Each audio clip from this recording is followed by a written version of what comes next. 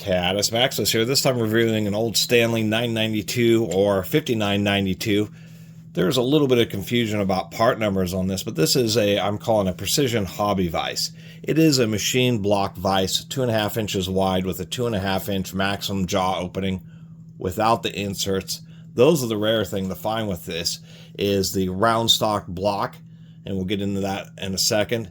And this little pivot piece, which allows you to hold round stock items, and one of the outside portions of the jaw transfers force down the center so you get a good grip. It is a nice old American made vise. There's a little bit of confusion. What we have is the vise is a 992A, and then it has a matching base, which is a 5992A. Sometimes people are misquoting the casting numbers. Like this, the casting for the base is a C608. Casting for the vise body is a C601. Casting for the little lock plate or base plate inside there is a C605. So you don't want to get confused about it.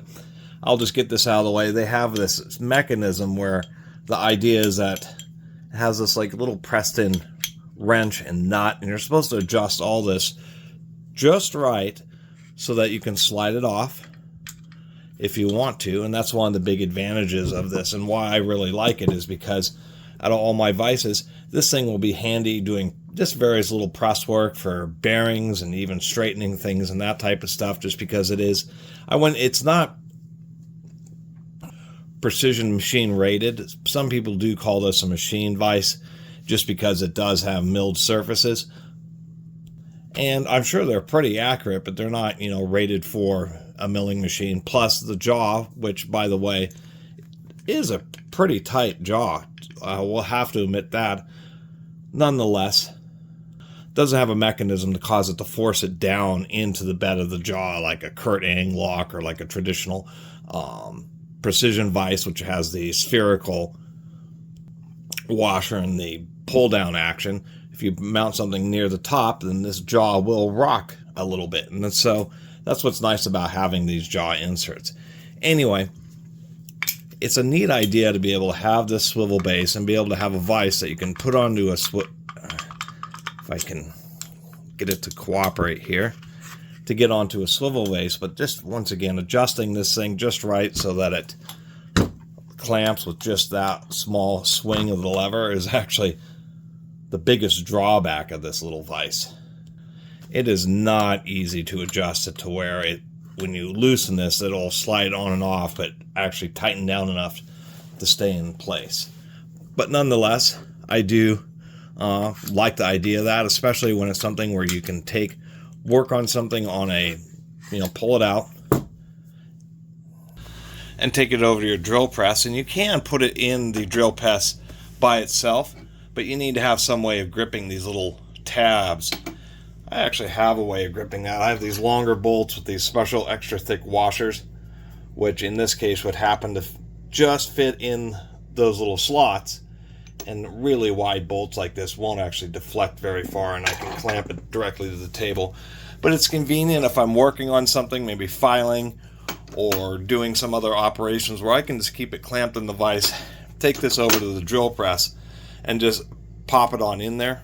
It makes it simple for holding things pretty vertical with these little slots, or horizontal. If they're longer, then I can just put it in the bed here, but sometimes you may want just a little bit more space or clearance, and so I can do things like have something in the vise hanging off the edge, and there's still enough surface to where this vise is going to grip onto this one pretty good. If I want to do things like I can also stand it up, although admittedly that's kind of an awkward position just because the whole vise body will want to interact with the spindle, although you'll be offset. But nonetheless, that's just kind of the handy thing, is it's just an independent thing where you can get something viced up and then once again bring it over to drill holes, etc. And because it has that square bottom, it's going to be handy for me to use in my press here. This is actually like an old mechanical material tensile testing frame, and I have a 20-ton jack in there. This thing is super awesome for pressing bearings and general pressing duties just because it's so rigid, but this is just much handier in so many situations where I just need to pop off a bearing or set something down in there and press a bearing back on, It's nice that it has those alignment pegs so I can get something in there straight. I can hold something, and since it is machined on the side, I can set it sideways. If I need to straighten things out, it's kind of nice to have a vise to where I can cantilever across both the jaws. And that's really what it is, just various little utility things that you would want to use a small vise for, and just be able to carry it around and use in different pieces of equipment. So overall, neat little vise. They do show up on eBay. Being a little mill vise or a little drill press vise, a lot of them are just beat up. Half of them on eBay just were totally pegged with holes. This one's definitely well used, but somebody was at least respectful. Only a couple little missed shots there, and that's actually a threaded screw hole and one little nick down the bottom. We do have some, a little bit of damage to the bottom right there where you're constantly putting materials, but overall,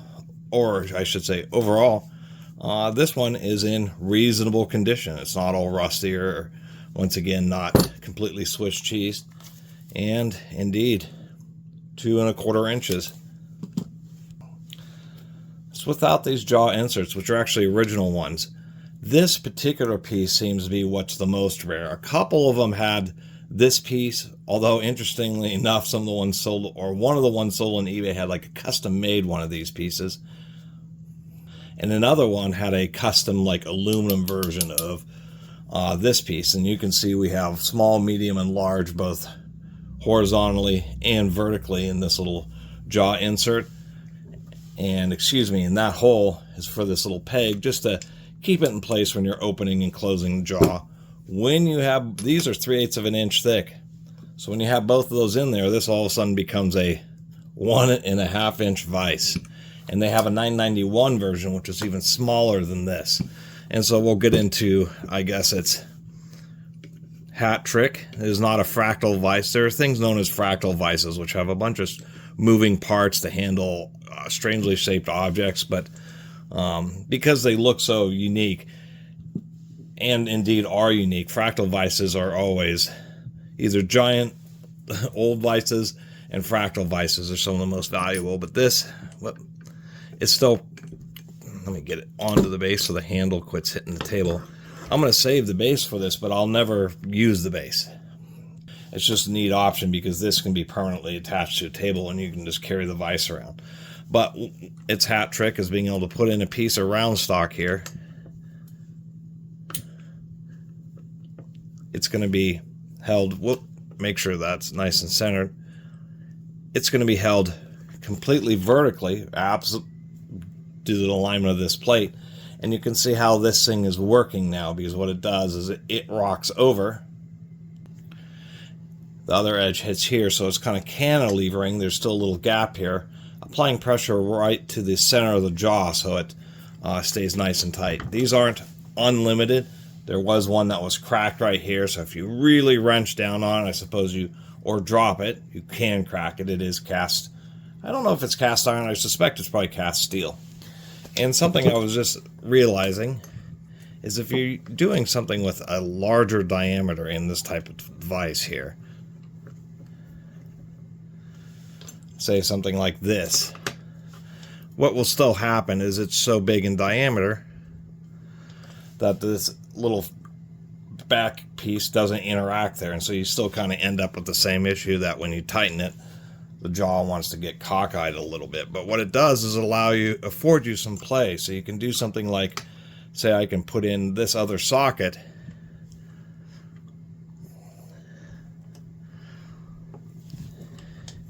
and even though this is obviously not the same diameter as that, it's taking up enough space to where now there's this gap again, and this rocking plate is now doing its job, allowing you just to preventing, once again, cockeying of the jaw, because once that starts twisting in there, then a lot of your forward force is actually just going to wedging it in between the frame rails.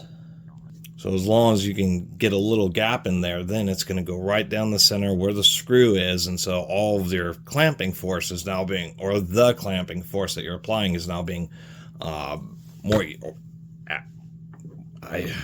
a lot of for words, is being more properly being delivered to actually clamping onto and holding the part.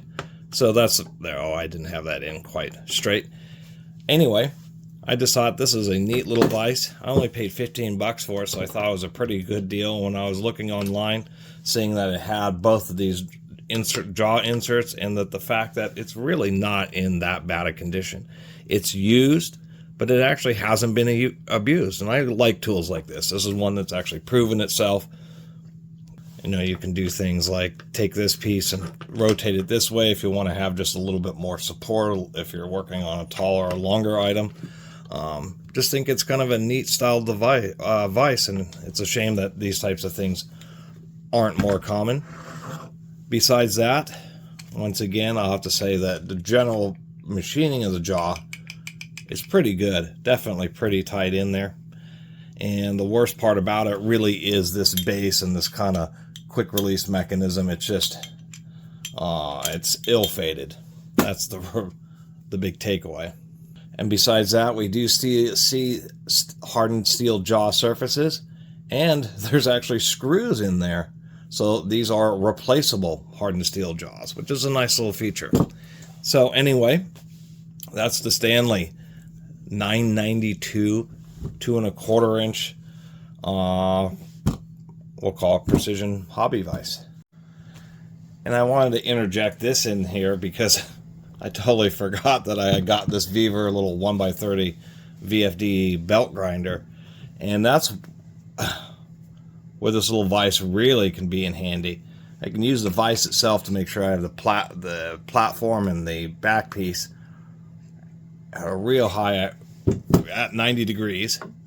And then what makes this so handy is now I can hold something. One of the biggest issues when working with smaller parts is just getting precision, because you're just holding them with pliers or with your hands.